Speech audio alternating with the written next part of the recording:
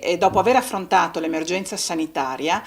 sarebbe drammatico dover affrontare anche un'emergenza sociale ed economica, ed è quello che rischiamo se le aziende che sono in grado di mettere al lavoro i propri dipendenti in totale sicurezza non possono riaprire il più velocemente possibile. Io credo che, come si sono responsabilizzati i cittadini, si possa avere fiducia nella responsabilità dei nostri imprenditori, e parlo in particolare di quelli del Veneto, i quali hanno fatto anche investimenti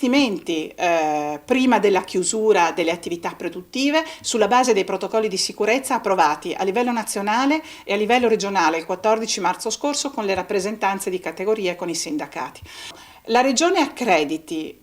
tutti i laboratori privati che sono disponibili secondo protocolli di sicurezza validati dall'Università di Padova ad ampliare al massimo il monitoraggio attraverso test sierologici ed eventualmente tamponi, in modo che i titolari delle aziende possano garantire anche dei piani di monitoraggio